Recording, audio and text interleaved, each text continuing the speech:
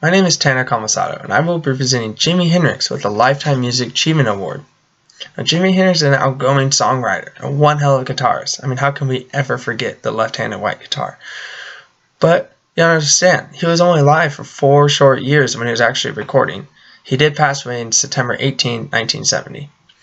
But he did have the most hits in London up to the 80s, with the song Hey Joe after the summer of 1967. But let's talk about Jimi Hendrix for a little, and how he contributed to the music industry. Where did he get his start, or where did he end his finish? Jimi Hendrix was born in Seattle, Washington, and then from there went to New York and played with greats such as Little Richard in the Thesis Hotel. But this is where it gets interesting. Jimi Hendrix met Chandler, the bassist from the Animals, who saw him and said, "Hey, let's go to London together. My tour is ending. I'm trying to get into managing business." From there, that's where we all know the Jimi Hendrix Experience. Now, this is funny because he actually had a band, and that is his band's name, but it's named after him. That just shows how great he is. And his band actually saw potential in him. Now, Jimi Hendrix was known not to even start shows unless everything is perfect. So you can say he was really a perfectionist when it came to his music and playing. Now, Jimi Hendrix has song after song that changed the world forever, along the Watchtower, talking about how our government is not letting us do what we want, and how I'm going to fight it through a peaceful protest through the power of music. Also, Purple Haze. Jimi Hendrix always said that I don't hear music, I see it, and that's all colors. And that's actually where you get the song Purple Haze from. Also, Hey Joe, yet again, great song. Now, after London, and after being on the top 10 chart in London for about a year and a half, Jimi Hendrix got invited to open up for The Who. Now, this led him to go to what we know as today as Woodstock. How can we forget Woodstock? And even kids from my generation still talk about Woodstock today.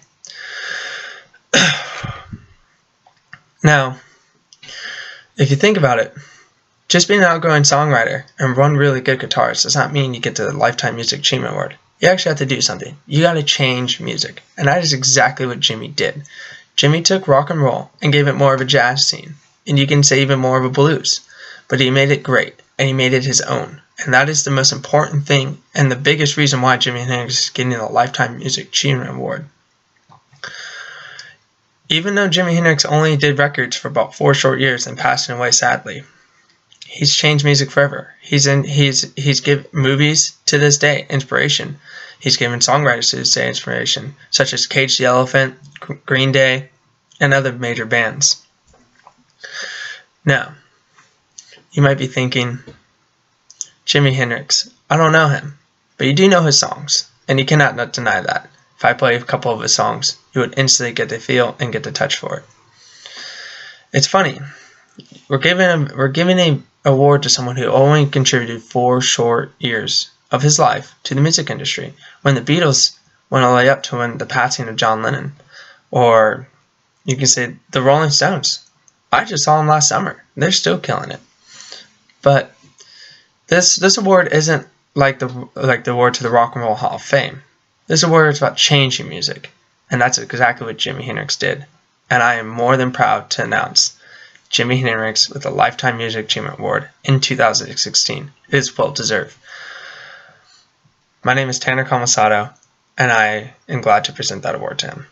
Also, a little moment of silence for the man Prince. Rest in peace, Prince. You will always be one of my favorite artists ever playing. Thank you, and have a good night.